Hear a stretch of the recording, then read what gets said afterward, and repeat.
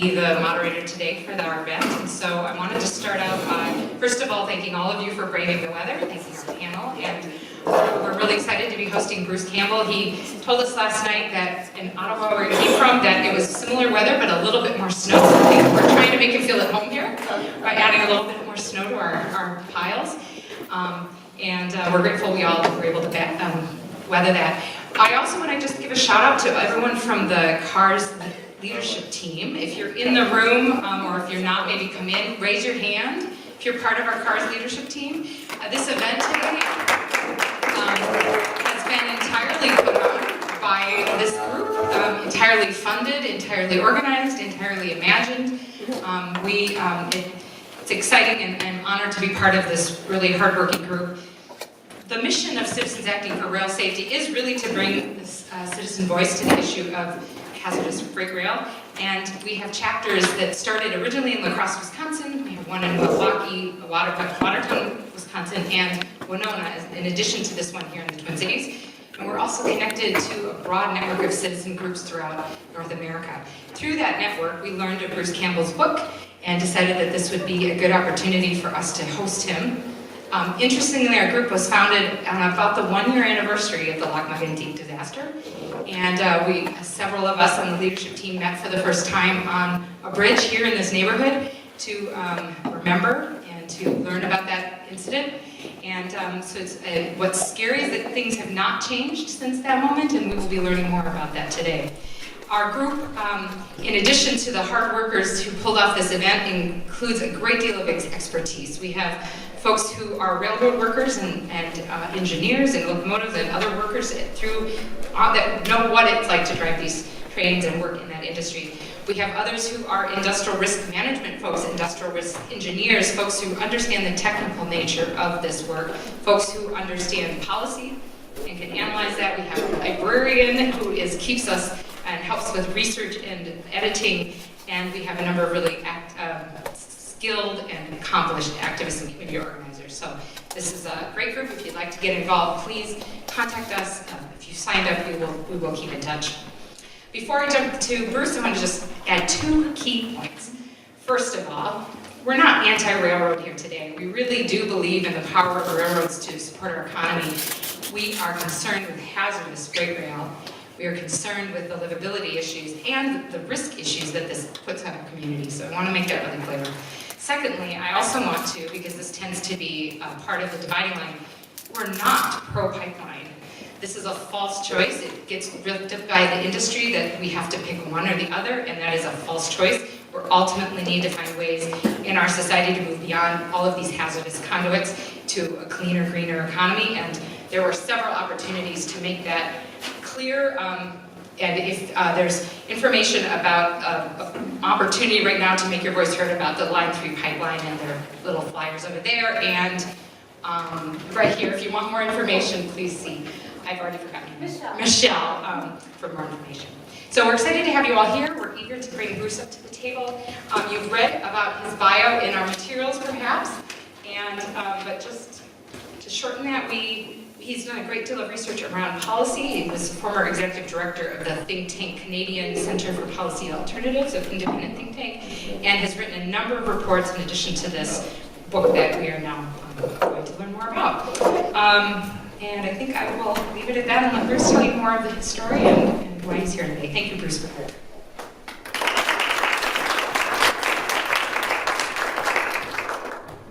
Thanks to CARS for inviting me. It's a real pleasure to be here and sharing this story with you.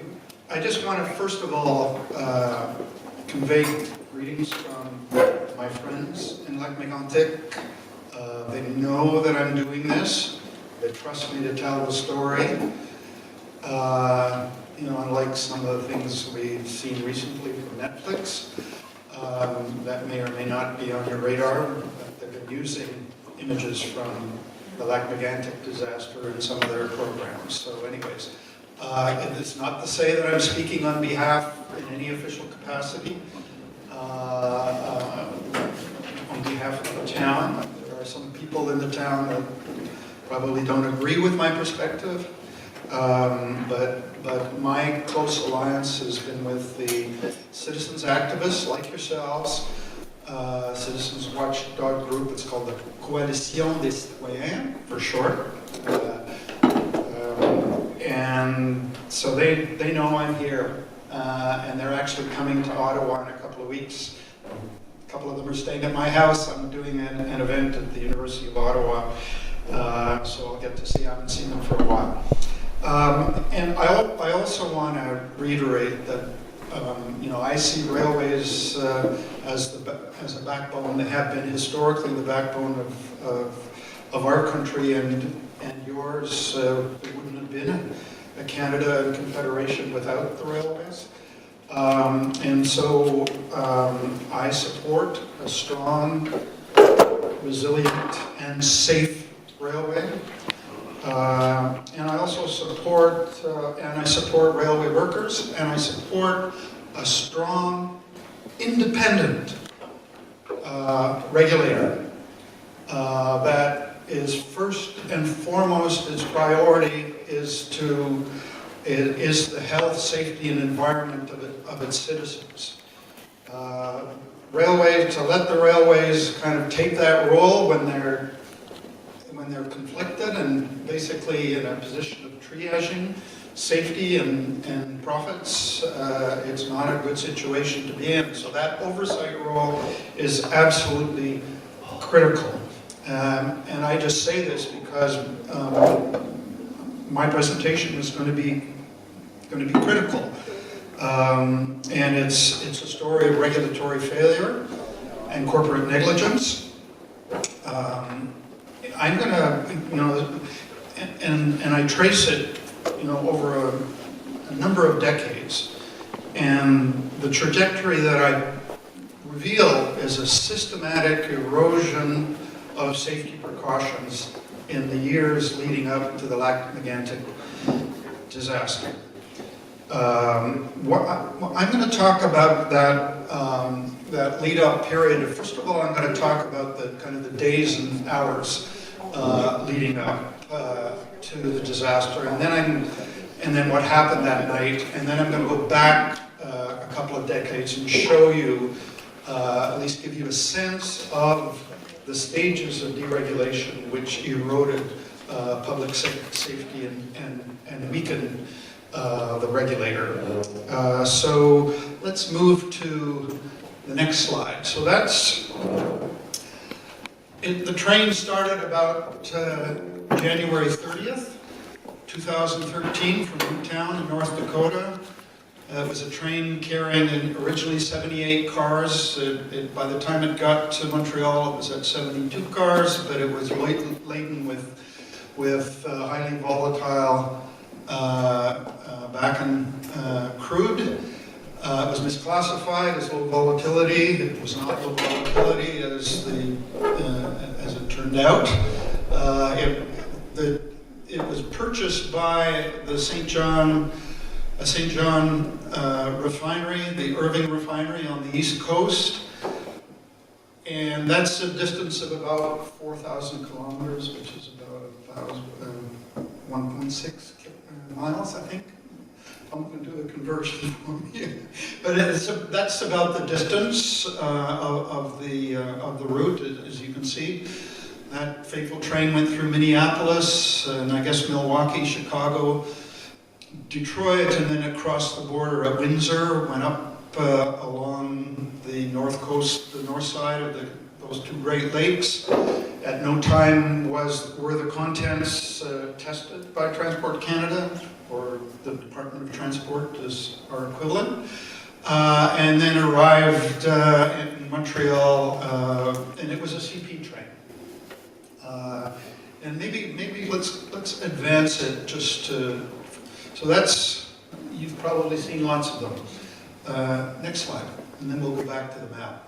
And that's Hunter Harrison, who was, when CN was privatized in the mid-90s, very shortly after Hunter Harrison, who's to any railroaders in the hall today, he's very well known. He retired after working his precision railroad magic on CN. He retired in 2009 amidst a lot of controversy, and but he had done well for the shareholders. And then he was brought back by Bill Ackman, and Bill Ackman ran a hedge fund, a New York-based hedge fund called Pershing Square. Bill Ackman saw real potential in CP. It had a very high operating ratio, and he saw a real opportunity to increase the share value of CP. And so as an activist investor with 15% of the shares, he was able to oust the then CEO, the entire board, and put back into place his people, and led by Hunter Harrison. So he and very quickly he lowered the operating ratio and raised the share price, and he did well for the shareholders. So let's go back to the map, if we could. Right. So just to say, that train was taken over by a short line railway. Also, it was owned by Ed Burkhardt, maybe a name familiar to him. He had one of his trains, I think when he was with Wisconsin Central when he owned, or was a major shareholder in Wisconsin Central, there was a derailment, and the small town of Weyauwaga was evacuated. A lot of damage, and fortunately no one was killed. But anyways, that's the same Ed Burkhardt. When Canadian Pacific was deregulated in the mid-90s, it was able to sell off what it considered unprofitable lines, and that was one of them, and eventually it fell into the hands of Ed Burkhardt. So he's taking that train from just south of Montreal, crossing the border into Maine at Lac-Megantic, which is right on the border. Lac-Megantic is a town of about 6,000. It was founded as a railway town.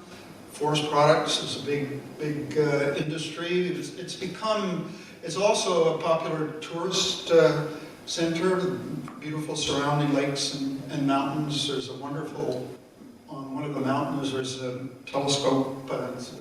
It's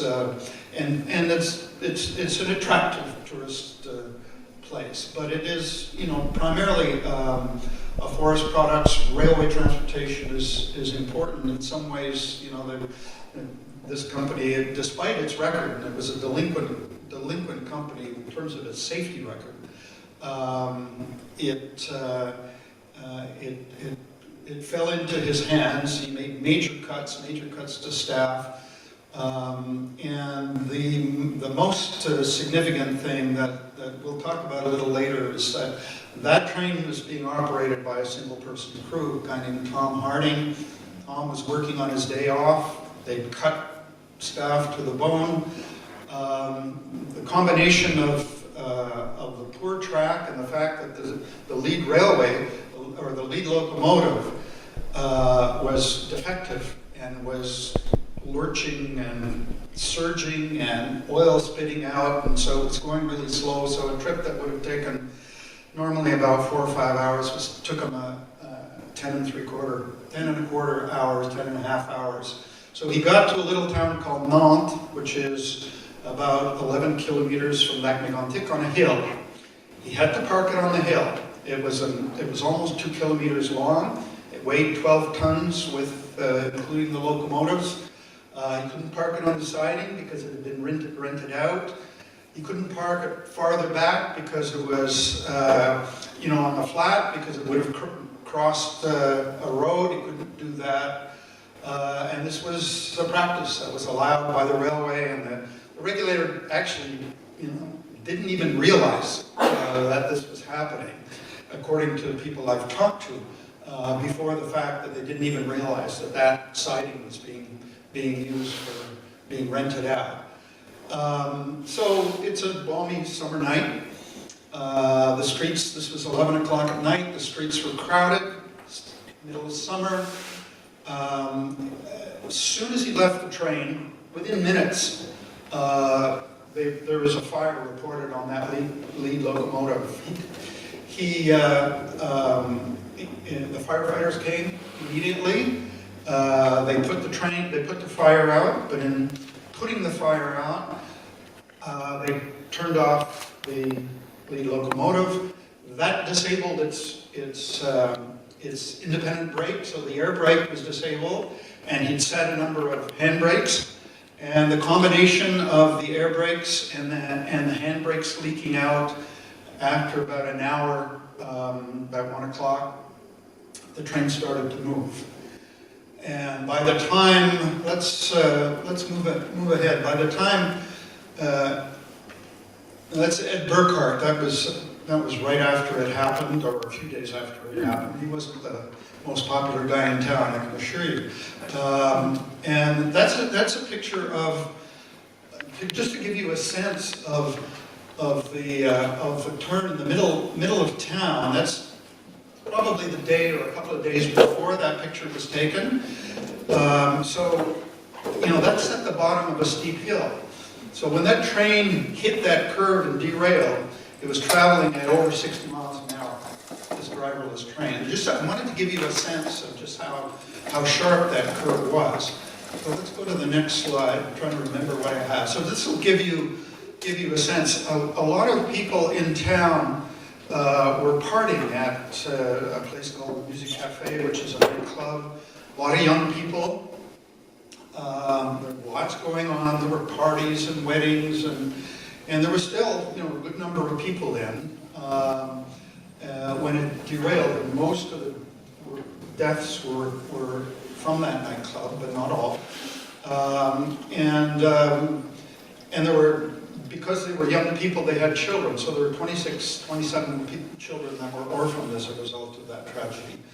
And it was also a major spill. It was the largest land-based spill in North American history, the land-based spill. And so that gives you a sense of the magnitude of the disaster. So let's move on to the next slide. I want to show you, that's not the whole disaster area, but I wanted to show it because that was, you see at the top how the cars had piled one on top of the other. If there had been advanced ECP brakes, that wouldn't have happened. And there wouldn't have been the scale of disaster that there was. And the town is virtually incinerated. So let's move on. I want to just finish. This will give you a picture of before and after. You can see the church in both pictures. That's probably a year before, and that's 4 years after. And that's still, this is the historic town center. And it's no more. There's been reconstruction off to the side. It kind of looks a little weird, and there's lots of division in the community about the decisions that were made to reconstruct and where and what to destroy apart from those buildings that were burned in the fire.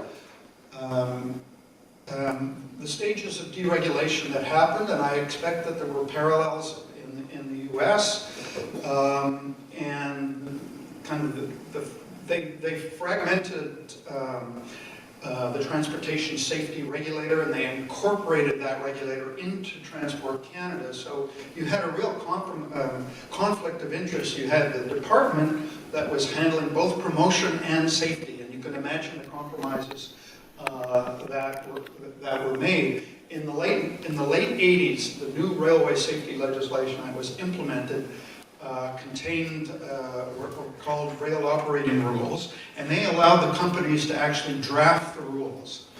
And the transport minister had to sign off, but largely it was a rubber stamp. And in theory, the unions were part of that, but when they objected, they weren't listened to, or they were brought in, and they were just kind of a, it wasn't truly a collaborative effort. And it became the beginning where we really began to see self-regulation starting to be in place. And then in the mid-90s, there was what I talked about earlier, the privatization, the deregulation, the selling off. of unprofitable lines, the ripping up of lines. And then in 2000, and we're talking about different governments, so the Mulroney conservative government, the Chrétien liberal government. I mean, it may have been a changing of governments, but the deregulation railroad kept on running. And they brought in a system of safety regulation in 2001 called safety management systems. And basically it was supposed to be an additional layer to conventional safety oversight. But very quickly, well, step back a second, austerity was an enabler all the way through, but especially in the 90s, just before the privatization. They cut the transport department by 50%. You imagine what that does to a regulator that's trying to evaluate oversight and all of that. And so that was followed by safety management systems, and in 2001 was essentially became a substitute for conventional oversight, fewer and fewer on-site unannounced inspections. And that really was company self-regulation, which is an oxymoron. And then the Harper government, which is very fervent anti-regulation disciple, apostle, whatever, and his regulatory policy was just intensified that deregulation process, and company, the regulator audited books, but it wasn't on site, and it basically took the company's word that it was doing what it said it was doing. Certainly in the case of MMA, its safety management system sat in a drawer for 10 years before anybody looked at it. So now I'm coming to the point where the die is cast. This all happened. What I've told you before is what set the stage. The die is cast. I've mentioned some of these things before, but the oil by rail boom was peaking. 2013, 2014, and the railway industry was saying, what's the danger? There's clearly a danger, and they were saying no need for further regulations. We got it under control.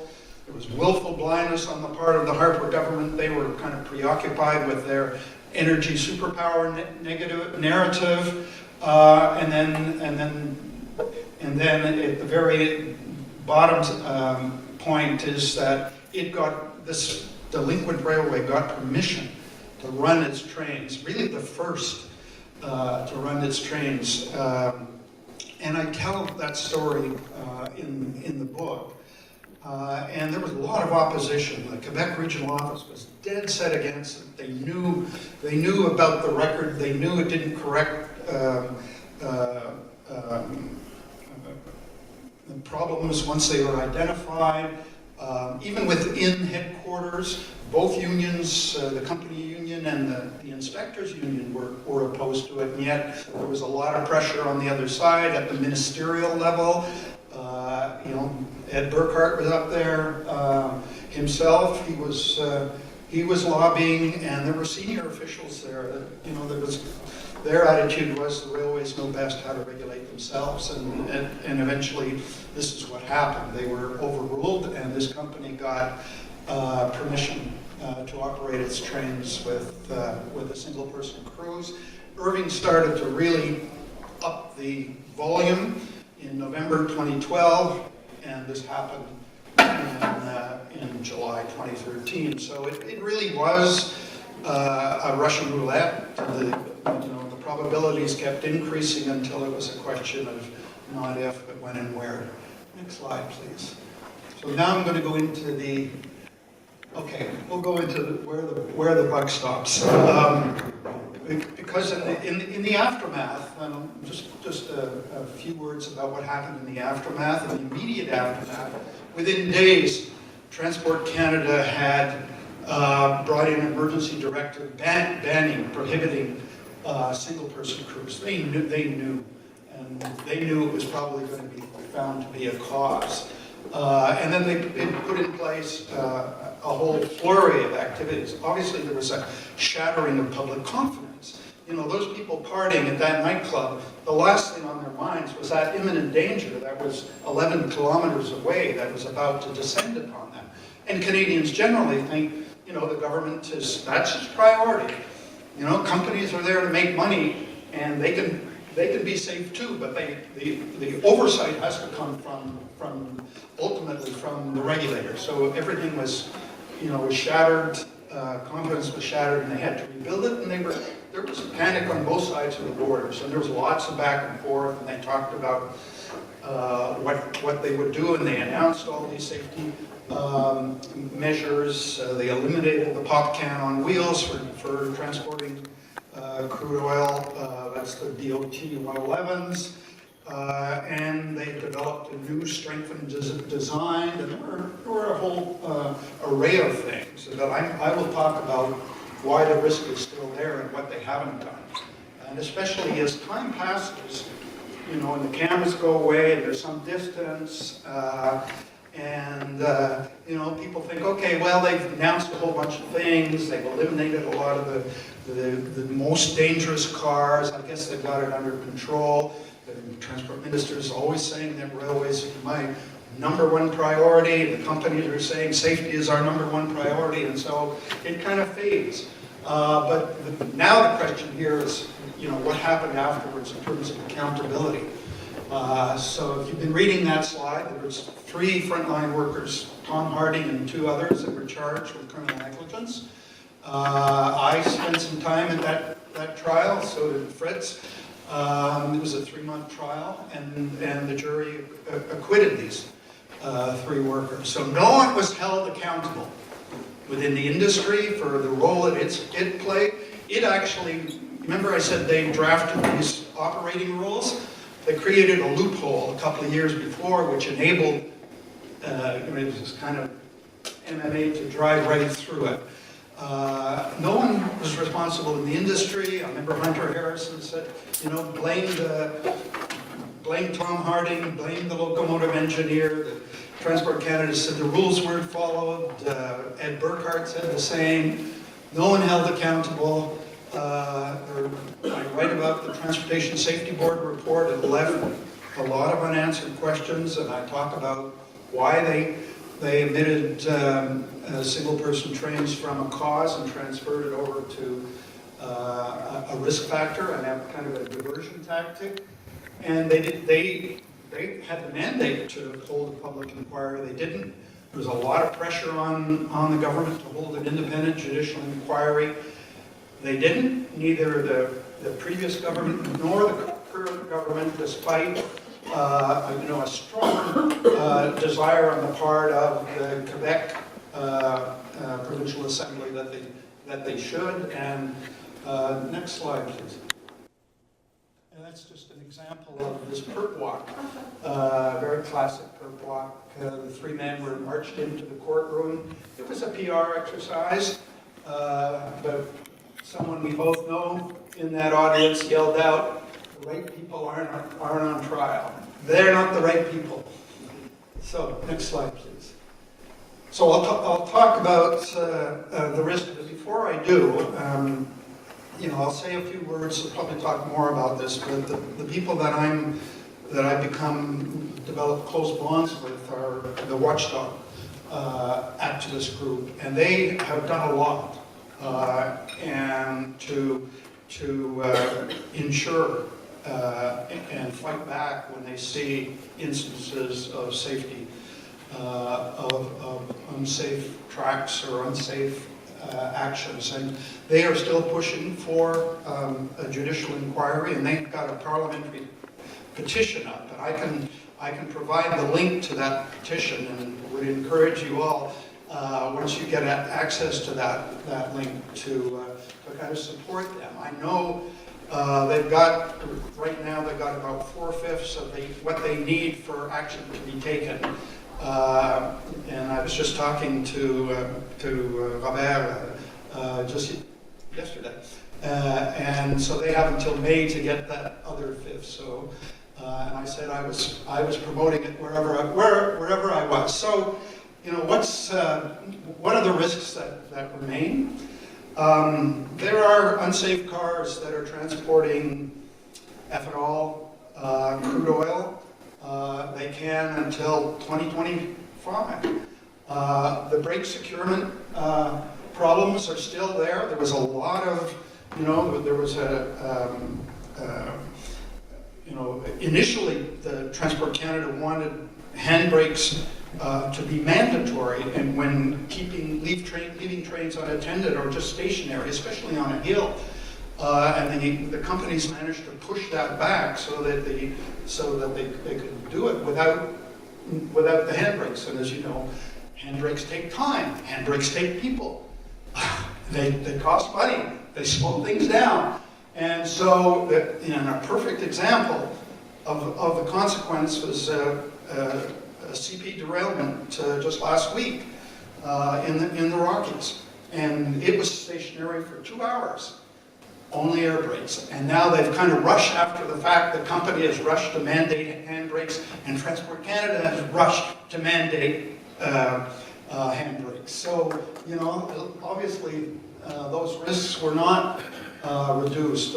I could talk about fatigue management. It's a long-standing resistance that the railways have to strengthening the fatigue management, the work-rest laws, and so forth.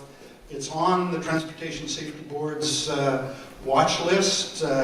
Just very recently, I think, for a variety of reasons, the Minister of Transport has actually issued an order mandating them to come forward with their plans, and according to his criteria, we'll see what happens.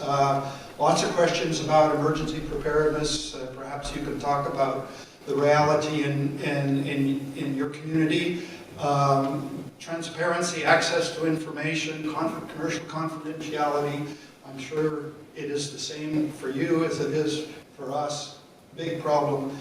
And resources continue to be under-resourced. And if it's not properly resourced, and there aren't the conflict of interest, so the regulators are independent and not prone to being in cozy relationships with the companies, and not being able to act as a truly independent countervailing force, the dangers, will still be there. There's the question of length and weight and condition of tracks. You don't have inspectors inspecting the tracks and leaving it up to the railways.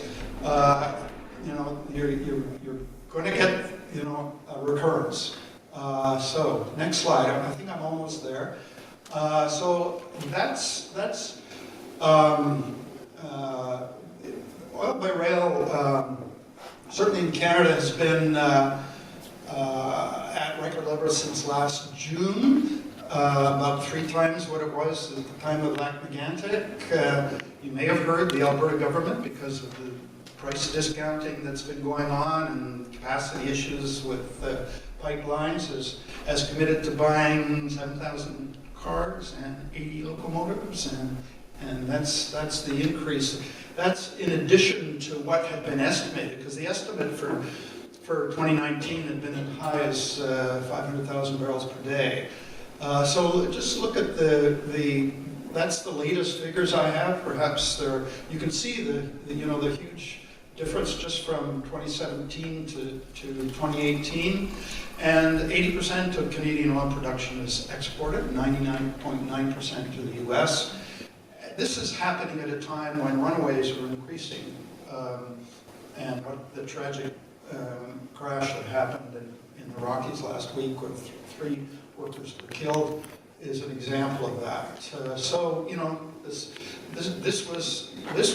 I mean, the Lac-Megantic investigation by our Transportation Safety Board was supposed to. One of its recommendations was to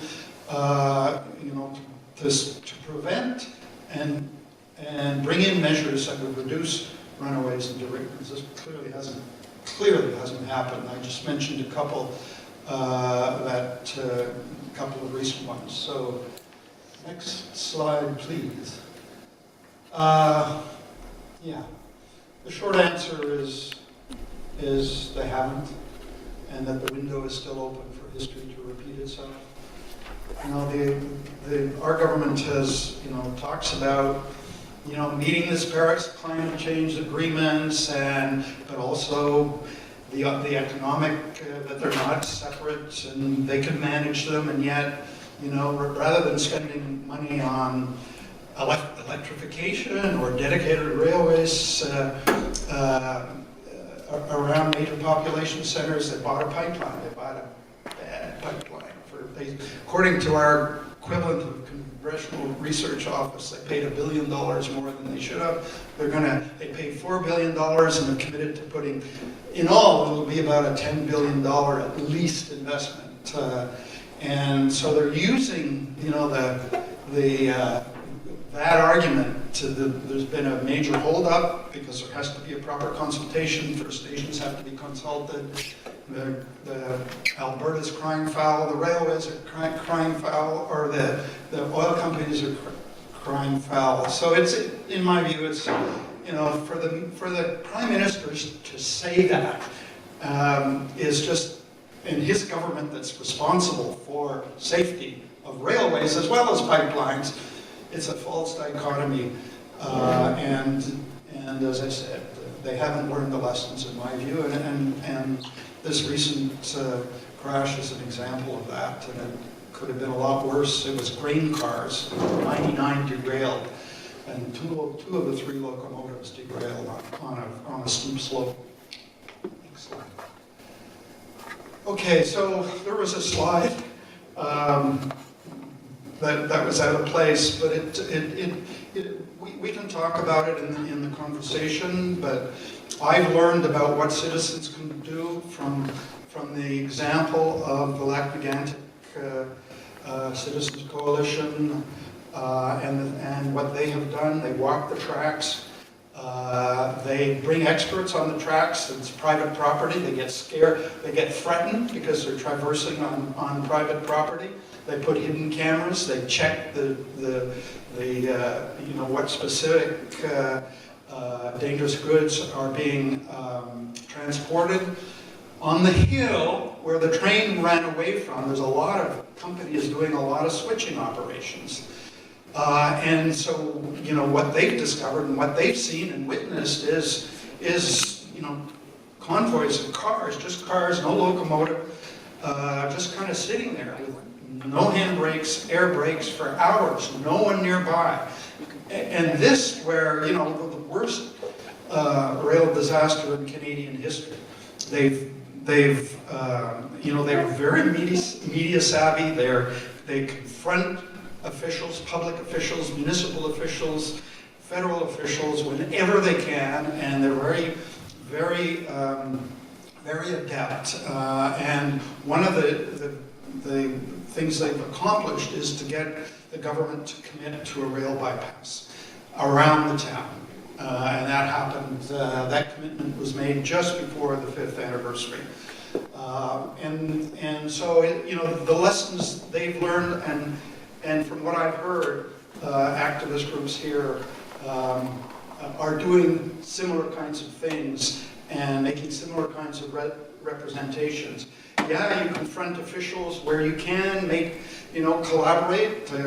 I saw some good examples. I was in northern BC of collaboration with First Nations, because First Nations have legal status, citizens groups don't. The companies don't have to pay attention to them. But those collaborations have borne fruit. And I'll just end with this, my parting words, or the parting words of someone who's wrote a book about the Ocean Ranger, which was an oil rig that sunk off the coast of Newfoundland in the early 80s. And she lost her brother in that.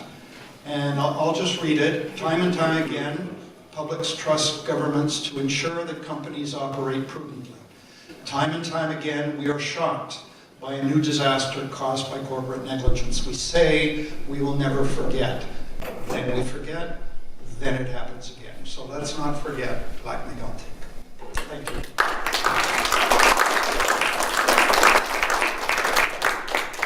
Thank you so much, Bruce.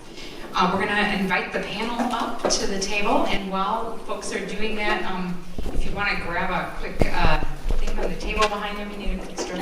We're not going to stop, though. I'm going to start doing some just kind of introductions to our panel. We're really honored that this group of very knowledgeable and involved people is here with us today and has taken the time to be here. We're going to give each of these folks an opportunity to speak for a few minutes in response, and then it will be time for your questions. So make sure if you haven't already filled out some questions on those note cards in the middle of the table, please do. And we'll launch into our kind of just introductions. We're going to have, we're going to go in this, not in the order that they're sitting, but in the order that I'm going to do the bios here. So we're really honored to have Representative Frank Hornstein here, and as a really strong ally in this work, as the now again chair of the Minnesota House Transportation and Finance Policy Division. He's been a really staunch ally in this work, was the author of the 2014 Rail and Pipeline Safety Act, and has continued to be a leading voice on this issue, also on combating climate change and sustainable transportation. I know that tomorrow I'm really thrilled that we introduced the new Green New Deal here in Minnesota, so it's exciting to have your leadership. We also have Dr. William Toscano here from the University of Minnesota there in the end. Dr. Toscano is also, and Louis Harrison, who's also in his office there. I'm sorry, I didn't mean to put you out there, Louis, but been a great allies of our group as well. They do, Dr. Toscano is professor in the Division of Environmental Health Sciences at the School of Public Health at the University of Minnesota. They offer training in hazardous materials, and there is an opportunity if you would like that training to take part. So please see Lois or one of us and we can hook you up. But Dr. Toscano's interests are along the lines of environmental toxicology, environmental health, and global health, and in his partnership with us has helped highlight some of the health concerns of rails, so many of the livability issues that folks deal with on an ongoing basis. We're also pleased to have Steve Supin here with us. He's a senior policy analyst at the Institute of Agriculture and Trade Policy, IATP. And his work area is in agriculture technology policy, agriculture markets and trade policy, and food safety, and has been in those capacities invited to speak to numerous countries and help propose rules. We're thrilled to have him here to help represent the perspective of NAFTA and the NAFTA 2.0 that's being represented that will have a big impact on rail safety, and to speak to that more. And then last and certainly not least, our own Claire Rubeck, who is on our CARS leadership team, has over 20 years of work experience in healthcare finance and administration, and is a really strong policy analyst on our team. She holds numerous positions with local organizations that support the community, including the Family Partnership that works on their Public Policy and Civic Engagement Committee. She's also involved in international efforts to prevent sex trafficking and to raise awareness about that issue. And then on our team, like I said, has really been involved in many of all of the core part of our state and federal advocacy work. And great to have her up on the team as well. I think we'll go ahead then, and I'm going to pass the mic. We just have the one mic, and we'll have Representative Hornstein start with a few moments. We'll keep it to 2 or 3 minutes if we can, each.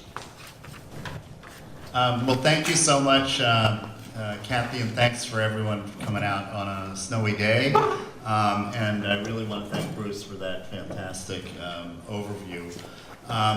As Kathy mentioned, this has been an issue that I felt passionate about for many years. I think my entree into this was my real concern about climate change and the fact that all of this oil moving through Minnesota is not even necessary for our economy, and it's so dangerous and so hazardous not only to the communities and people that it travels through, but for the planet as a whole. And so after Lac-Megantic, there was another oil train near disaster just west of Fargo, North Dakota.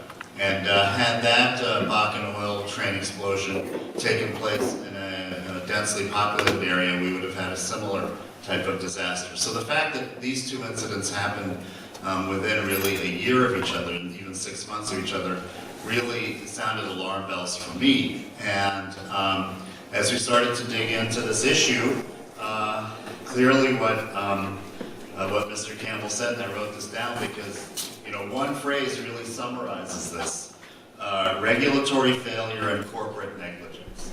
And as we, examined this issue and saw other disasters unfolding with ethanol trains and oil trains have felt imperative to take action. Now I'll just say that the question of transparency is absolutely critical. And if we go through, when Bruce showed the slides of the history, one has to really look at the history of this issue to understand that this doesn't just happen in a vacuum. The history of this issue in the United States starts back in the early 80s. Well, there's lots of history that goes back to the days of James J. Hill, but the modern history of the lack of transparency really begins in the 80s, and I'm a community organizer by training.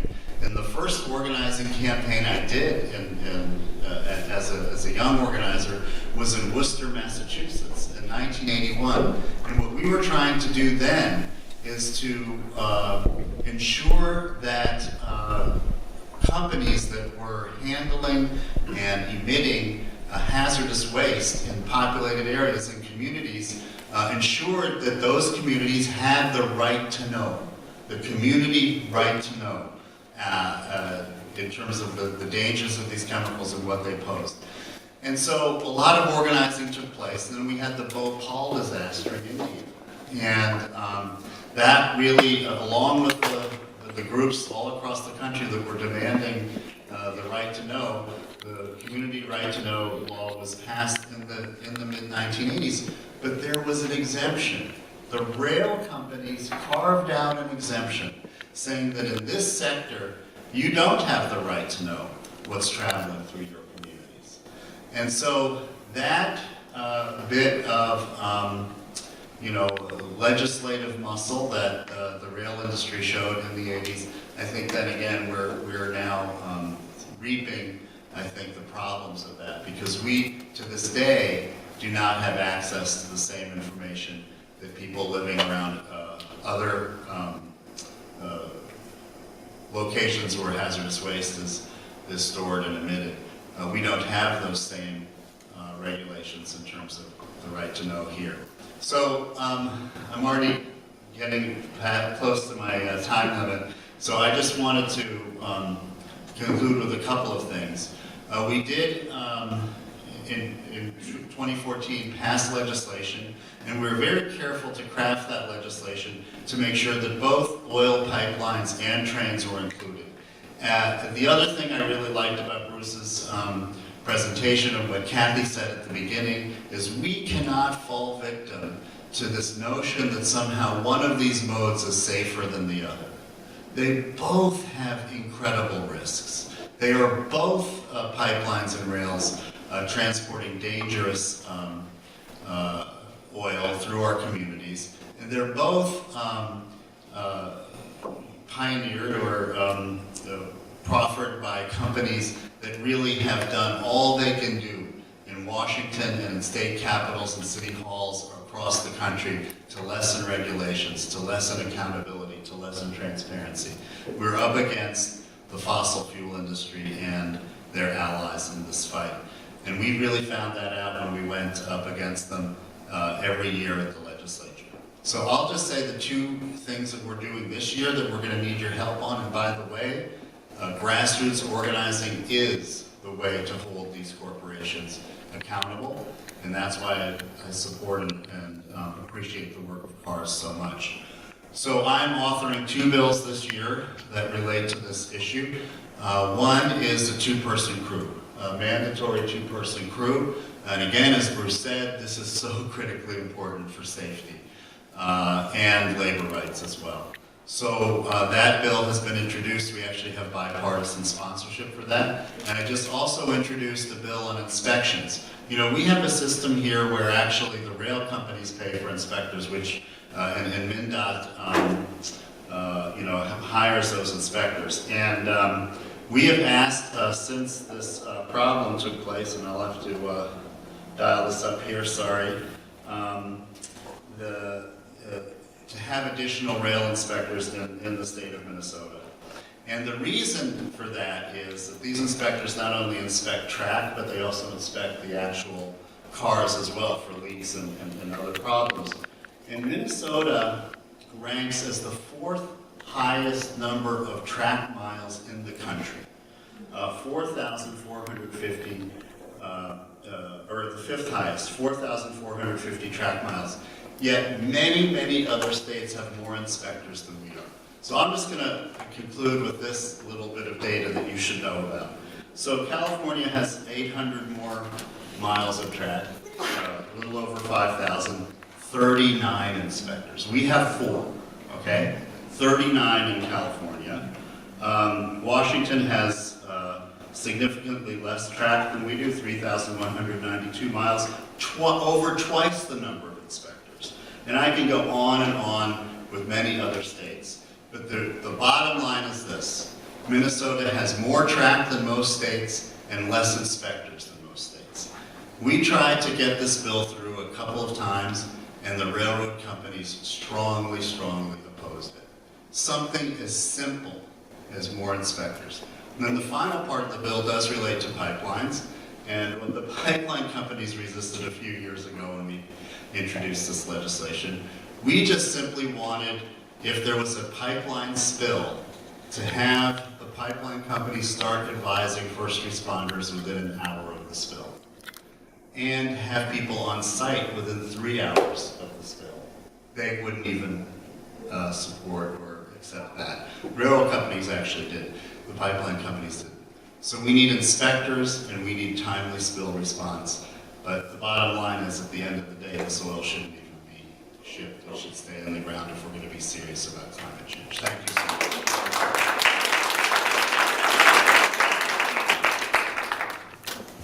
Thank you.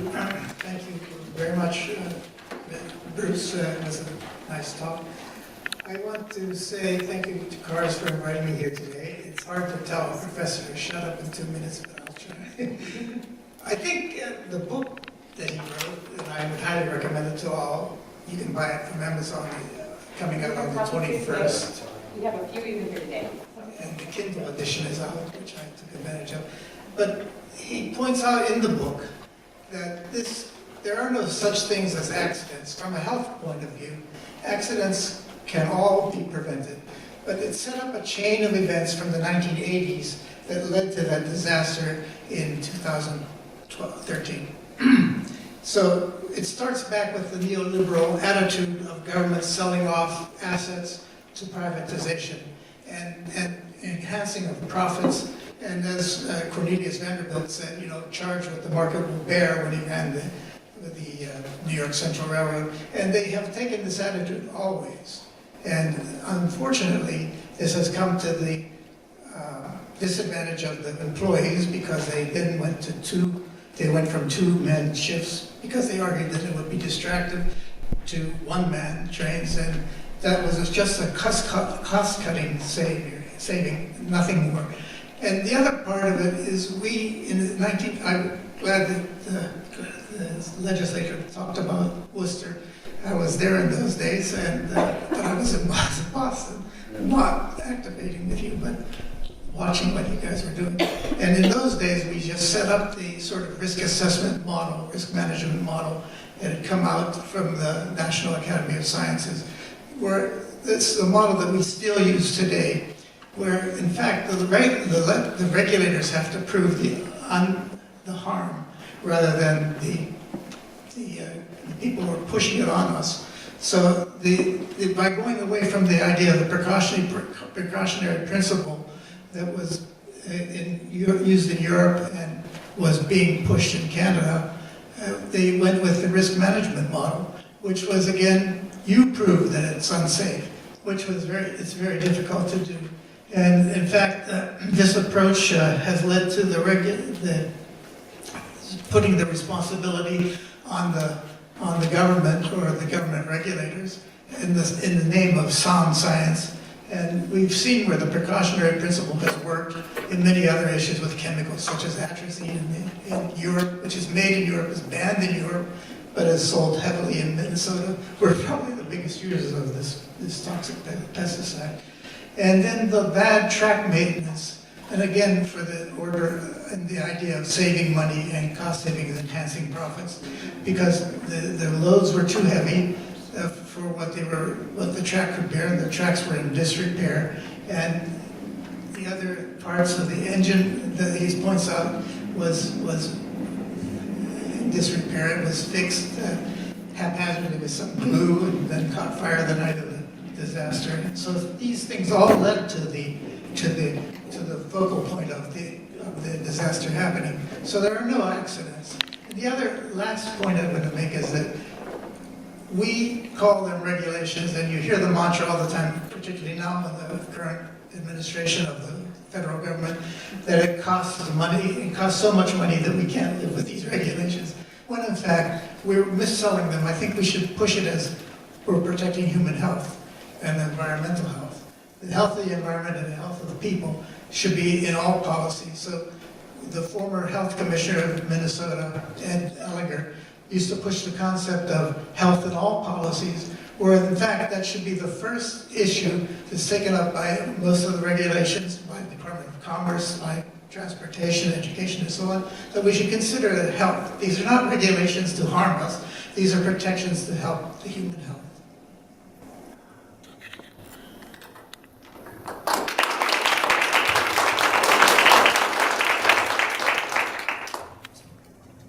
So after I graduated from college, in order to pay down my student debt, I worked for about 6 months repairing the way, mostly in rural areas, and you could see a lot of daylight between the rails and the bed of the railroad. And I also helped to clean up a couple of derailments, working 16 hours at a shot. Fortunately, they were just, they were not hazardous materials, they were grain. But you know, tend to think, well, okay, they don't have money to maintain the way in rural areas, but we live near the James J. Hill line, which is probably one of the best maintained lines in the entire country, given its namesake, but also because it runs through very expensive, very wealthy suburbs and past the world headquarters of cargo. And on June 30th, 2010, 17 cars derailed in Wayzata's office district, which included Dakota Plains Holding, which is one of the many corporations denying responsibility in the chain of supply in the Lac-Megantic catastrophe. And at the time, of course, the fire, the chief of the fire service there had no idea. You know, they'd never have any idea what's being transported, and all he said was, you know, if it had been hazardous materials instead of coal, it would have been catastrophic. And as it was, a rail went right through the window of an office building where you know, employees had been gathered very shortly before for a meeting. So that's enough of the kind of existential angst that I personally have about the railroads and their attitude towards safety. So what I'm going to say here very briefly is based much more extensively in handouts that are available to you on the literature table by my colleague Sharon Treat, who is the staff attorney for the Institute for Agriculture and Trade Policy. And she has tried to investigate the workings of the U.S.-Canadian Regulatory Cooperation Council. Sounds like a very basic thing to have regulatory cooperation in theory. There is a rail safety work plan that has objectives, you know, such as identifying worker fatigue problems and so on and so forth. In practice, it's impossible to find out what this council is doing, even to find out who the leaders of the council are. And she's done a fair amount of digging into this issue. But at the same time, this council is going to be dealing with the Trump administration's agenda for deregulation and non-enforcement of rules. And Executive Order 13771 requires agencies to look for rules to be stripped from the federal rule book or to not be enforced on a ratio of 2 to 1. And this is not on the basis of the substance or the efficacy of the rules, but entirely on the basis of what is called a regulatory budget and a cost-benefit analysis that only counts the costs. And indeed, these costs are what the industry reports. It is, I find it very difficult to understand how insurers would insure companies that would be so reckless as to support the stripping of a rule just for the sake of saving, some costs that should be part of their business plan. I just want to mention briefly here some of the rules that the Trump administration is trying to strip, rules that would have, if enforced and budgeted for effectively, would have prevented the Lac-Megantic disaster. So the Trump administration is trying to delay or eliminate measures to require more than one crew member on dangerous goods transporting trains, eliminate positive train control, the remote control satellite-based system that prevents derailments. The Trump administration would eliminate a rule requiring certain trains carrying high-hazard liquids to be operated with electronically controlled pneumatic braking systems by 2021. The Trump administration would eliminate prospective regulations to address track deterioration and proposals to require that engineers be screened for sleep apnea. So you have this kind of public presentation of a railroad safety plan in the Regulatory Cooperation Council. In practice, you have a whole other counter agenda, and equally as dangerous as the deregulatory agenda is the non-enforcement agenda, the cutting of the budgets of the regulatory agencies. These are all time-tested ways to not enforce the law and to not practice safety culture.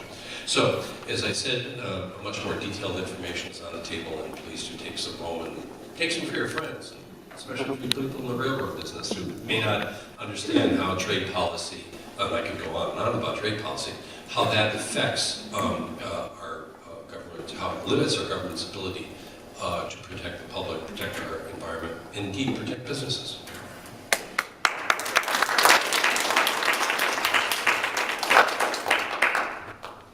Thank you. I'm really thrilled that we had the chance to bring Bruce here, and that wouldn't really have been possible without networking that we do within our local communities and regionally and nationally. And the catalyst for bringing Bruce here was actually Fritz, who's Kathy introduced earlier. And I call this out because there's a lot of tension and friction between the issues. We've talked about commerce, we've talked about pipelines, we've talked about the rails, we've talked about the livability of our communities, we've talked about the integrity of our water resources and the environment in general. We've talked about regulatory capture and the role of governments to protect the citizens and residents of the communities. And all of that in itself, if you take any one of those, it's complicated. And when you overlay them together, there's a lot of complexity and friction and sometimes diverging interests. And when we were planning this, one of the questions that came up was, well, Lac-Megantic, it's not a current news story. It happened some years ago. It's faded from people's memories. Some people didn't even realize the event had occurred in real time. And as we talked about it, besides the fact that we have a close affinity to the event, and we've come to know people through our own work and learning from their experiences, we know people who live there as well. And what we decided is that, if nothing else, it's a very important case study. And as Bruce pointed out, the lessons have not been learned. We are still carrying that baggage, and we have to figure this out moving forward. It's an important case study. And Frank had mentioned also shortly thereafter the Castleton derailment. And that's another case study that we've looked to that offers framework for solutions. And I just want to talk about a few areas: liability, crew, and I'll see how the time goes if I can fit in another one. But why these are important is that in the United States, there is no liability requirement for railroads. So if you drive a car, you have to carry insurance. But if you're running a railroad in the United States, there is zero liability requirement. Now Amtrak, which is our national passenger rail, they do have a requirement, and that only just came online a few years ago when tragic incident in the Philadelphia area occurred, and then there was a federally mandated liability requirement of $297 million. So there is a requirement there. So if there's no requirement for liability insurance, it's fundamentally the route, the exit plan, if you will, is bankruptcy. And Bruce outlined already how difficult it was for Lac-Megantic as a community to get restitution, and it's ongoing. And so to imagine that in our own community is a problem. And so Castleton I bring up because one of the things we do is monitor federal regulation. And I actually started doing this work before cars came along, and boy was I happy to find cars to have some support in doing this stuff. And primarily what I focused on with another neighbor friend of mine was the federal regulations around railroads. And so the way it's structured in the United States is we have the FTA, the Federal Transportation Administration, and then, or excuse me, the US DOT, and then under that we have the Federal Railroad Administration, and then the Pipeline Hazardous Materials, PIMSA, is also under that. And so regulations come out of those bodies. And after Lac-Megantic, it did stimulate a lot of regulatory activity in the United States. So in May 2015, there was a slew of PIMSA regulations. And we were pretty excited about that. And it included things related to high hazard freight trains, which covered ethanol movement and as well as oil by rail. It had to do with train lengths. It had to do with retiring the DOT 111 tank cars, which in Canada, Bruce had mentioned, have been phased out. They have not been phased out in the United States. We are still allowed to use those. And those cars were not built to haul volatile, flammable liquids.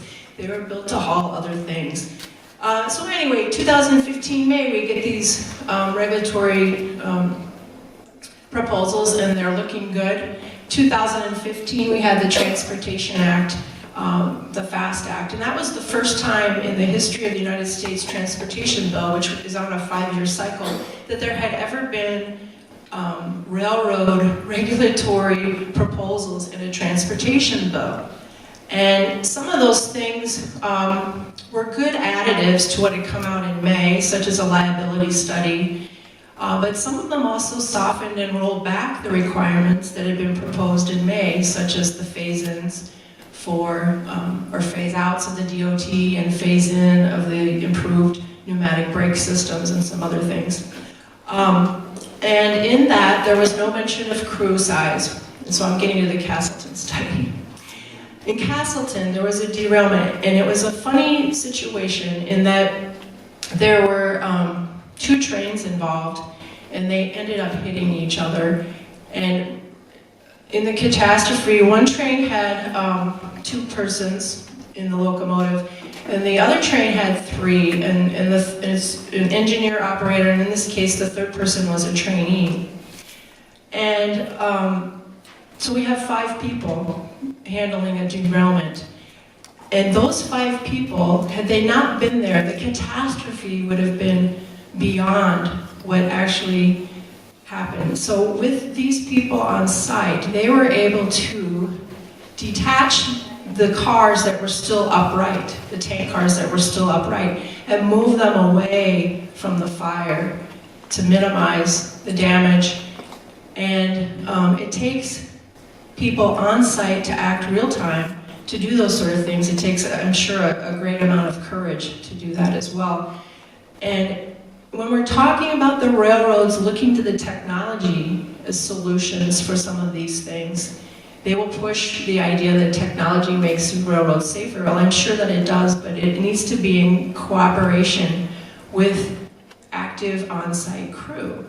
And I look to Castleton as a case study, and I look to Lac-Megantic. So I just say that in the sense is if you're talking with people, if you're going to reach out to your legislators, hopefully, that you can look to those as resources and remind people this is not ancient history, it's meaningful.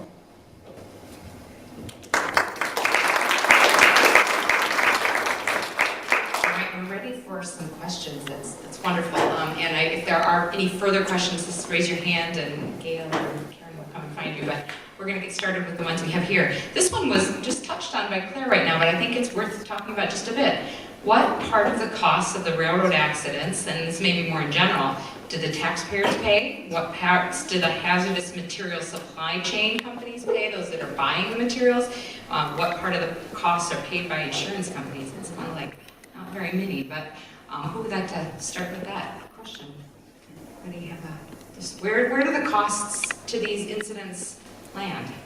Well, I can talk about what happened to Lac-Megantic. The cost of that disaster is estimated at close to $1 billion. And Montreal Marine and Atlantic had insurance, $25 million. Shortly after, it declared bankruptcy. Most of that's been paid by, some of it's been paid by insurance companies, but they've also sued to recover that insurance money. So it's still kind of, especially in the case of Canadian Pacific. Yeah, there've been a number of civil actions which I talked about, or I didn't talk about. But there were about 30 defendants who contributed to a settlement fund that was about $420 million. I think that's Canadian. 115 for wrongful death, and the rest for class action and creditors. So that settlement money went for that purpose. And as I said, the public sector has picked up the vast majority of the costs, and CP is still in court denying any responsibility, and it's waiting out the clock is what it's doing. Anyone else want to add to that? Okay, move on to the next question here. In terms of regulatory transparency, which was coming up quite a bit, it's clear that oversight of our federal authorities and agencies was and is deficient. Many of those regulatory agencies are not elected, they're appointed. Are there any measures underway or being done to help hold those regulators accountable? And what might be or has been done to strengthen that kind of regulatory oversight? What ideas do we have to increase that accountability? Anyone want to take that one first? So, in terms of regulatory oversight, this is a function of the federal, state, and local governments, and the agencies, at the federal and state level, are really dictated by who the executive is. So, in Washington now, whether it's the EPA or PIMSA, or all of these agencies are, really controlled and staffed by members of the Trump administration. And so they are dictating, this agenda, and I think Bruce may have alluded to this. I mean, that, we don't have any, I think it was Steve when he was talking about NAFTA. That's their agenda. It's an agenda where that rolls back all of the gains that have been made in so many areas over so many years.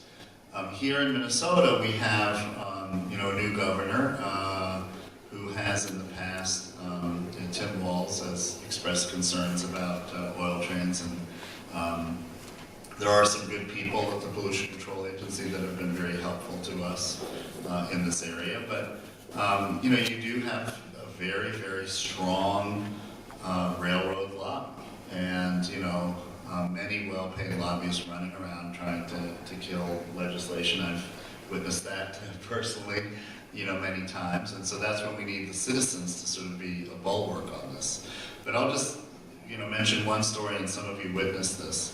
A couple of years ago, I was not the chair of the committee. Tim Kelly, a Republican from Red Wing, was chairing the Transportation Committee, and he brought in a number of railroads to talk about all of their safety initiatives.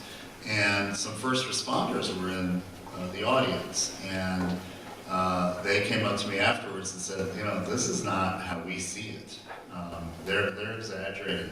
We don't get this information that they're saying that we get in order to respond to a disaster. And so we went and developed legislation. And I remember that when we tried to get documents, things were blacked out, and there was a very important hearing where one of the first responders and emergency managers held up that document, the parts that were redacted. And that woke a lot of people up. And, we were able to at least, push that agenda. But again, when it came down to passing a bill, even something as simple as that, with the support of the first responders, we couldn't get that done. Now, the politics are a little different in the House now, but they have a pretty strong lobby, and particularly when it comes to just pushing back hard on all of these safety issues. And one of the highest priorities of the railroad industry this session is to stop this two-person crew legislation. So that's when we need all of you to help. I just wanted to add a little bit to answer that question. At the federal level, it's really kind of a revolving door with industry, career experience in the railroads and industry rolling into the FRA and serving their time and then rolling out and going back into industry. So, not only is it regulatory capture where the railroads have a lot of money for lobbying and influencing the outcome of bills and regulations, they also then are populating the administrations, the departments, the FRA, with insiders to implement and execute the regulations. So it's really a conflict of interest from my point of view. I agree that this conflict of interest of people going back and forth from the EPA, say, to an industry, vice versa, is a conflict of interest that works against the will of the people. And I think that one thing we have to try to do is insulate the regulatory agencies from the whims of the current or any executive branch. And I'm not sure. I think that's a legislative thing that you guys could do. I certainly can't do that. But I think that the factor is that the people have the power. It's really true. If you see all environmental movements across history have been started by local activists, not by the agencies, not by the governments and so on. It's the people who see something on the ground and then they bring it to the attention of the people. And it's activism that actually works.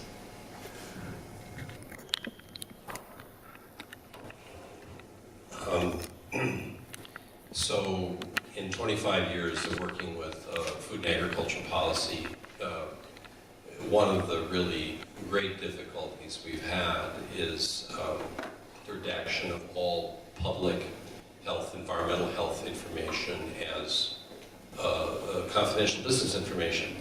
And the confidential business information clause of the Administrative Procedures Act was originally designed for, the classic instance was protect trade secrets that cannot be protected by patent law or copyright law. So the classic instance was the formula of Coca-Cola, right? Or, in railroads, a rail freight rate would be, legitimate confidential business information. But now, as has been said, you use the Freedom of Information Act, and you get back documents, as my institute has, where about 95% of the document is redacted. So it's essentially vitiating the purpose of the act. One thing that we've done with a bit of success is under the Trump administration, because the antipathy toward regulation, both within the federal agencies at the political level. Obviously there are lower level bureaucrats, the scientists who are pushing back and literally trying to, take data home on their hard drives because they're afraid that it will be destroyed by the political appointees. But, there is definitely a bureaucratic resistance to this radical and even suicidal deregulation on the part of the Trump administration.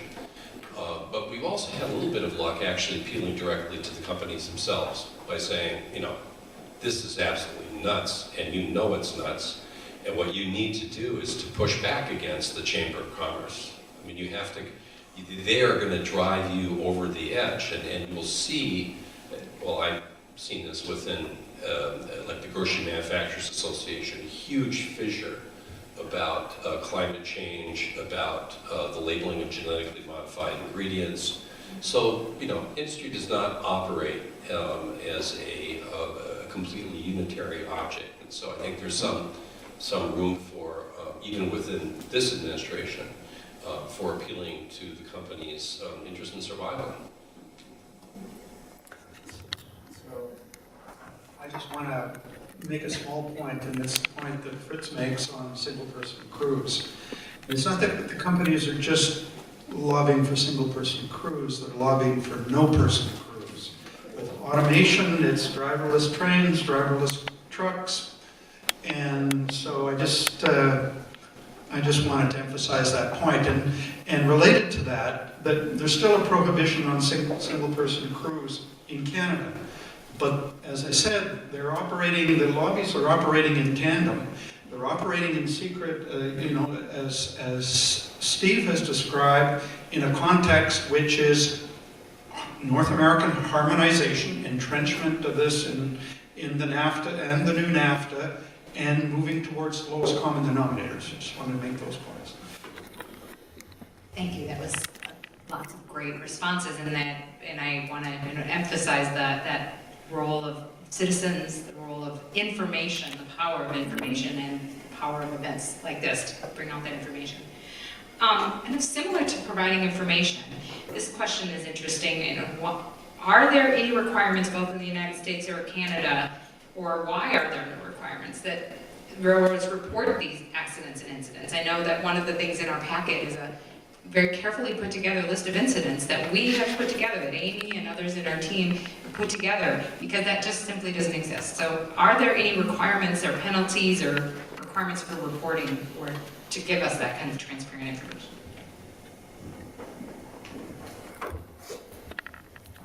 I could tackle this one, and maybe Fritz could speak up a little bit if there's something I leave out. But so when there's and they are incidents, Dr. Toscano sort of drew the distinction between accidents and incidents. And incidents, in terms of statistical realm, is that you know it's going to happen. You just don't know when it's going to happen. An accident is something that's completely different. And so statistically, the railroads know that these things are going to happen. They just don't know when and where. And in our country, the National Transportation, I always get the acronym switched around, National Transportation Safety Board versus the NSTB. But National Transportation Safety Board is called in when there are incidents, and they are responsible for railroads as well as airlines and other transport catastrophes. So they come in and do an investigation. And there are active websites where we can find this information. It isn't necessarily showing up or populated on the public database on a timely fashion. Usually you're going to find out more information on the front end from news reports. And then again, when there is an incident, there's a great desire to control the information. The railroad is adept at controlling the information. There often are incidents that happen that don't get reported to the feds. It's been interesting as a citizen group, sometimes we've been told about incidents from railroad insiders because they're afraid of acting on it for risk of losing their jobs, but their supervisors in the chain moving up is not doing the appropriate reporting. And so there are two cases where we actually were given information and we took it to reporters.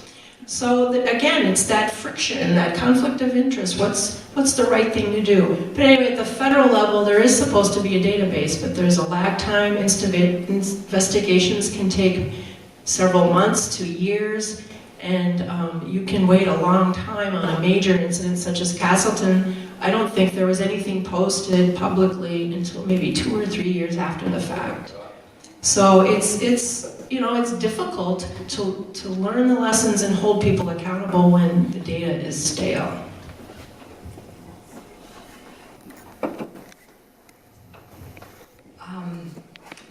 In terms of response management, and this may be particularly for Bruce, since you've done the deepest study on this, to what degree is there a kind of a long-range plan in effect in Lac-Megantic to deal with environmental pollution and the long-term impacts?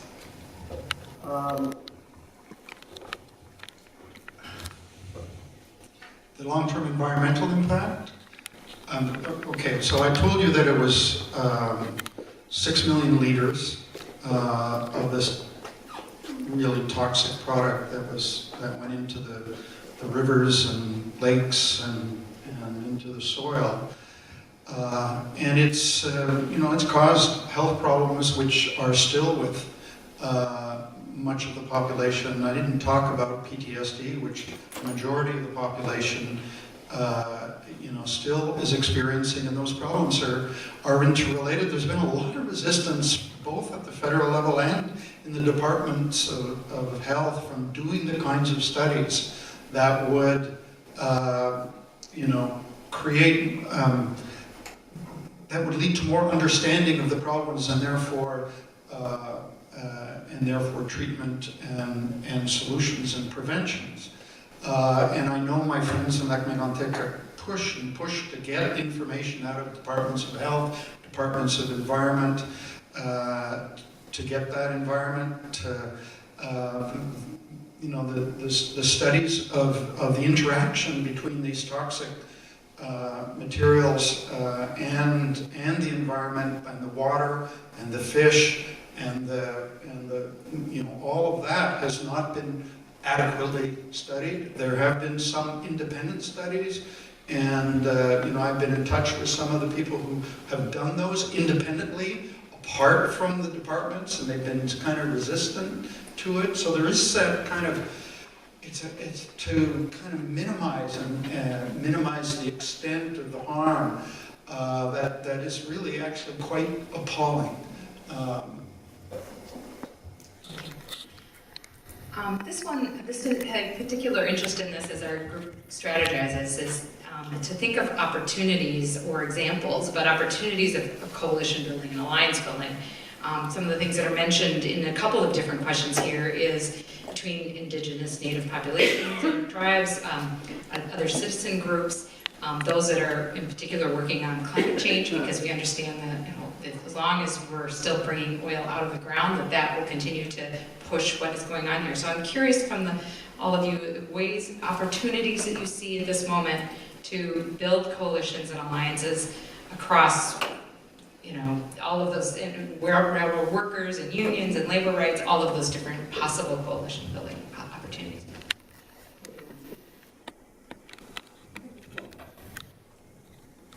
Well, I think all of the groups you mentioned are really important.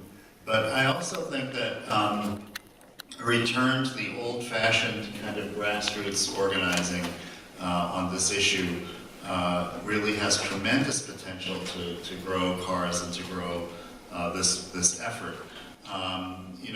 We also have local units of government. I think that several years ago we got a lot of interest from mayors and city council members because they're very close to these issues. They all have rail, hazardous rail in their communities, and you look at there's been some talk of the fact that we're now seeing an uptick in rail traffic. The article in the paper really documents this, and it's not just from Bakken, it's from Canada, and of course the tar sands is particularly harmful if it gets into water, and also has some of the same hazardous qualities that the Bakken oil has. So door knocking in areas where there's many people that don't even know that there's an issue. And once they do, and I think many people here in Northeast Minneapolis, for example, when we had that very, very successful action on the bridge over the yards here, I think a lot of the neighbors, were very interested in that. And so places where these trains are, the yards, surrounding neighborhoods, door knocking and talking to the neighborhood organizations, I think would be a really, really helpful thing to do. And one thing I would say, that was the basis for the, it's actions like that is what really propelled that community right to know movement that I talked about.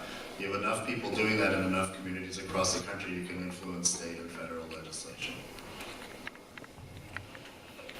You're the expert in community organizing, but I think one of the things we have to do is go to the schools, go to the churches, go to where the people are.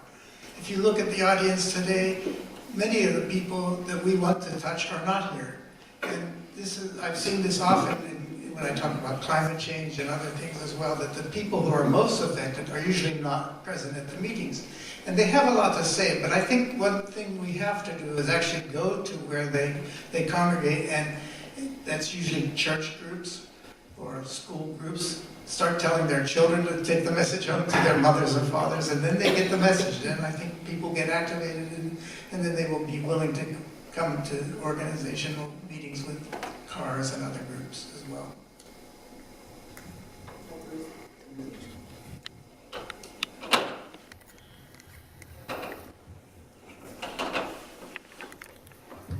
The Supreme Court of Canada has granted First Nations the power to demand proper consultations. Governments, federal and provincial, have kind of been in denial about that, and recently in British Columbia, they're starting to see the consequences of that denial, because they were forced by the courts to redo the whole consultation process because it was deeply flawed. I'm speaking about the Trans Mountain Pipeline, so that's kind of in a state of delay, and governments and companies are particularly upset about this. But those rights are very clear. They have this power to be consulted, and they've developed allies with municipalities where, at the end of that particular pipeline in the Port of Vancouver, and the municipalities, there's a by-election now being fought on that very issue. And in northern BC with the LNG pipeline, there's the same kind of thing, and the government's trying to run roughshod, and they brought in the Royal Canadian Mounted Police to break up the demonstrations, break up the blockades, and they're not going to win. And there's lots of alliance building going on between, and I've seen it firsthand, between citizens groups in those communities and First Nations. So there's lots of commonalities and lots of that's playing out, especially in British Columbia. That's been my experience.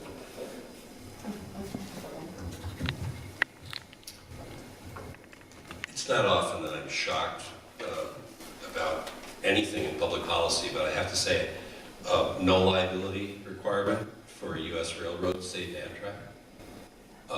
The only other comparable exemption that I know of is the Price-Anderson Act, which exempts nuclear power plants from liability. This strikes me as an issue that is ripe for consideration by the Association of State Insurance Commissioners. I mean, you got all these insurance companies and their reinsurers are going to get annihilated as, this oil transport, if it is allowed to ramp up. And, the state insurance commissioners are going to be trying to ask or answer a lot of public questions without having any kind of legal basis on which to do so. This seems to me to be a nice little, it's just astonishing to me that there's no liability for railroads. And their executives and boards of directors specifically. Of course.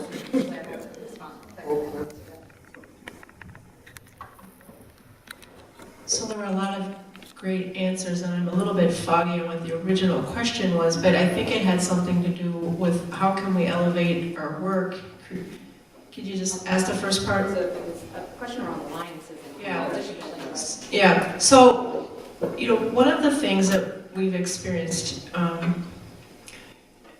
Citizens Acting for Rail Safety. It's a young organization, and as it was laid out, we're all volunteer. We don't have grants. We don't do fundraising. Some of that's by design because it's very complicated to run a nonprofit. There are legal ramifications, and takes a lot of resources. And what we found is that our success, because I think we've accomplished a lot of important things with our collaborative partners in a short period of time, and I think the success has been around the fact that it is focusing on safety, safety of people, safety of the environment. And I mentioned friction points earlier, and I think we're at a time right now, we're at an intersection, and railroads, I think, are right in the middle of it, of the fossil fuel question, the climate change, regulatory transparency. I think the time is ripe to elevate our work with allies and find new partners, and also if we can make way and maybe have some assistance to have the public voice at the table on some of these boards like we used to have, it will lend legitimacy to the merits of our arguments and our informed direction. I mean, we're not Chicken Little running around. We know what we're talking about, and so we need to carve out a space, and we need to figure out how to continue to work together. We're not going to agree on everything, but we need to find those points where we have commonality, and then just work through the tensions where we find it.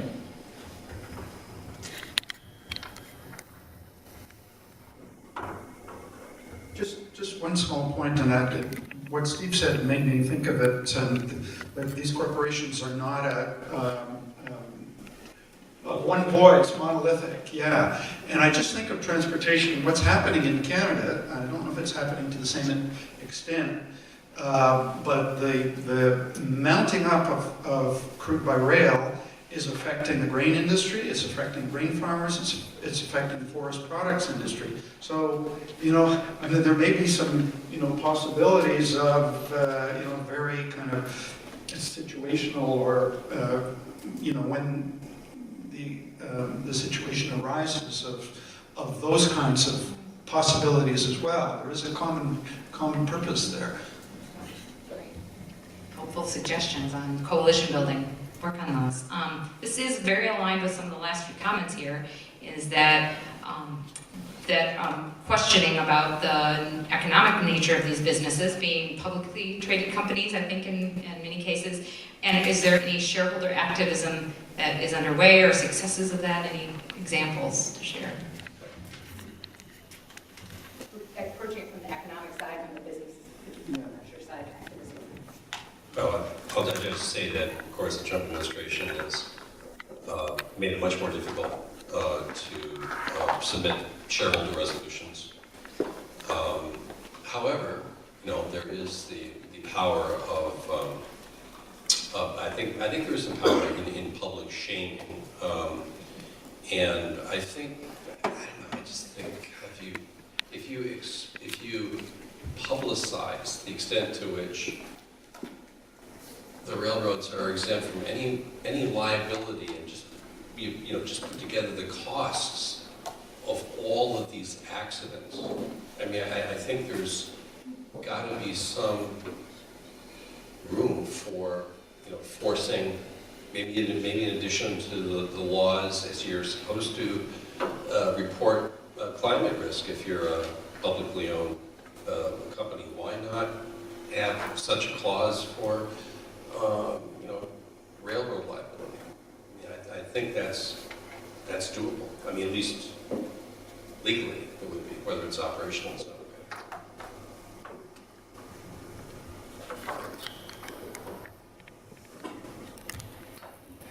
I think one of the issues is that it's hard for individual stockholders to stand up at stockholder meetings now to raise a fuss, because much of it is sort of foundations that own the major stocks, pension plans and so on, which are sort of non-personal, computerized, if you will, traders and so on, that have nothing to do with what's going on in the outside. And this has, I think, become an issue in the way we've advanced ourselves by technology has really lessened our ability to stand up and raise a voice.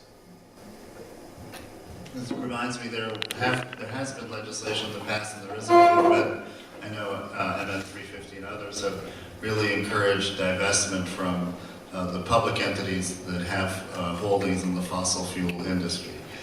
And, you know, I think we should, by extension, also have divestment in corporations that are enabling the fossil fuel industry, such as transportation. So maybe that's something we should think about as well. So I represent the Institute for Agriculture and Trade Policy in the Derivatives Working Group of Americans for Financial Reform. And there are two classes of financial entities which entirely escaped any kind of effective Dodd-Frank legislation. One was credit rating agencies, which was really quite a scandal, but also private equity firms, the kind of things that Matt Romney ran, Mitt Romney ran. And these are organizations that are, you know, essentially vulture capitalists, and no matter how they're, you know, the takeovers of these companies, which are highly leveraged. I mean, they go in and buy a company with 5% of the equity, run it into the ground, Toys R Us as an example, and still collect, you know, huge fees all the way to the bank. And I don't know to the extent to which hedge funds and private equity firms are the major stockholders in these companies, but there's definitely room to regulate these, you know, really very destructive financial institutions. I think we have time for just a couple more questions. There's so many good questions, and I know our team thought through a number. And so here's one that's going to attempt to bring together a couple of questions into one. The whole question of routing. We know that there are requirements in regulation around finding the safest position possible.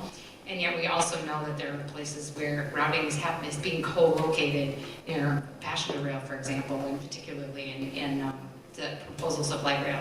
So I'd be curious what information we have about what might be done around regulating routing, around enforcing routing, or the role that we might play in improving that.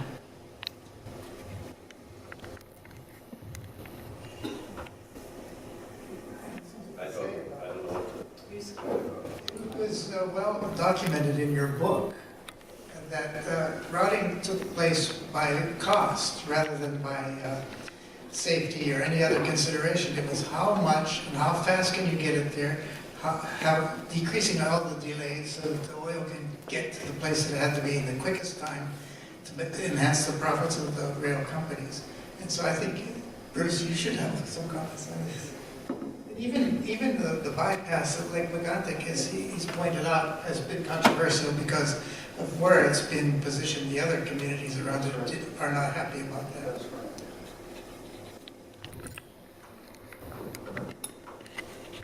Yeah, I mean, I can speak, and there must be other examples in urban centers and populated areas, in other parts across the U.S. Maybe Fritz wants to address that. But yeah, I mean, as an act of kind of, I mean, imagine the federal government turning down the demand for a bypass in a place called Megantic. But yet it took 5 years for them to actually make the commitment. And then they made the commitment, and the adjoining communities, it's obviously when that happens, it disrupts landowners and companies and so forth. But they had proposed an alternative, but the alternative would have been more costly. And thus far, there's they haven't even started the construction yet. It's been a year after they made the commitment, and they're still kind of haggling, and they're still kind of sticking to the original route scenario. I know places like Toronto. I think I talked earlier about having some of those lines bypassing major urban centers existed before, and then post-deregulation they were all ripped up. I know the city of Toronto, or the regional municipality of Greater Toronto, has really pushed the government to work out dedicated lines bypassing, especially right in the heart of these major centers. The government's talked a lot about infrastructure. I understand the Trump government's talked a lot about infrastructure. And so when as I said, infrastructure, why spend it on pipelines and rail cars, and why not spend it on dedicated route planning? Canada's a much more linear country. Look at it than the U.S. I think there are more opportunities in the U.S. or to push. I still think there are in Canada as well. But I don't know. There's an activist in Washington named Fred Millar who has done some consulting with cars, and I've talked many times to him, and he tells a story about how this issue actually came up in the United States Senate, and it was thoroughly voted down. I think there were 20 votes out of 100 for rerouting, or setting up criteria for routing. And it really is an important question because we're sending these trains in very densely populated areas, and we have Cars has done an incredible job of pointing out what the blast zones are, and we have almost 300,000 Minnesotans living in blast zones. And so when I raised this at a meeting with BNSF, they got actually quite hostile and talked about the billions of dollars it would cost to route trains from just around the Twin Cities. And so there's just, they will have to be forced to do this. I think it is a legitimate and important question, but it's, it's going to be a very, very heavy lift. And the fact of the matter is, there was actually a vote in the Senate, according to Fred, on the question of routing. Yes, and if I recall correctly, Representative Ellison had introduced a bill in the House to reroute, and I don't think it ever made it to the floor, but he had worked on that. And locally, let me just stop for a minute. So there is a routing analysis required. I think it's 29 some odd factors that have to be analyzed. And so it's an algorithm, and there's a software, and there's a whole software industry around this particular routing analysis. And examples of the things to be considered are, okay, is the route going through a high urban threat area? So the target field would be an example of a high urban threat area. And guess what? TCNW and BNSF haul ethanol and oil respectively right past there. So we have some examples locally that match up with this concern and question. But again, the routing analysis is top secret. We're not allowed to know how they make their decisions to send the trains. And like Bruce mentioned, the railroads are always expanding and contracting. And so, as an example, through the planned Botno LRT line, it will share a right-of-way with BNSF. Well, BNSF has other ideas for that corridor. They would like to expand their rails there, and meanwhile, they're taking rails out of service in places that maybe would be good alternatives. So it's another example of those friction points where we have people concerned about the climate and thinking that density is the right approach to address that. And so we have density planned through the Minneapolis 2040 comprehensive plan. And when you look at that, a lot of that density is actually happening in the blast zones. And so, again, there are good initiatives, there are things that we need to pay attention to, but they're friction points. Why would we knowingly put 127, say, unit building within a blast zone when we know that it's already dangerous for the people who are living there? So the routing piece is a big question, and I don't know where the will come to do that. The cost would have to be so great to the railroads to motivate them to make a difference. and/or we need, the cities to make it a priority. A lot of times when we are speaking with our city leadership, they feel that it's an important topic, but they feel that they have no power. And so we've been trying to convince them that they do have power, they do have a voice, they do have a way to exact some influence on the outcome. They may not be able to pass any ordinances or laws to change behavior, but they do for sure have power, and we need to convince them to use it. And just to show you the extent to which the railroad companies want to usurp this power that Claire was talking about, we had a little dust-up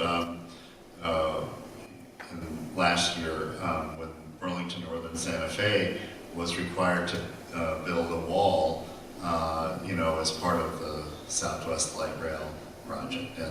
And so there's a whole series of agreements between rail companies and the Met Council and the City of Minneapolis around this co-location question. And one of the things in the rail agreement was that the City of Minneapolis could not pass the type of, any kind of safety ordinance that, of the kind that CARS is interested in and Claire is talking about. And if they did, then the Met Council would have to sue Minneapolis. I mean, that's the extent to which these types of, convoluted, upside down, Orwellian type of, local agreements are made between, railroad companies and entities. They just really, exert their power in, I think, very inappropriate ways.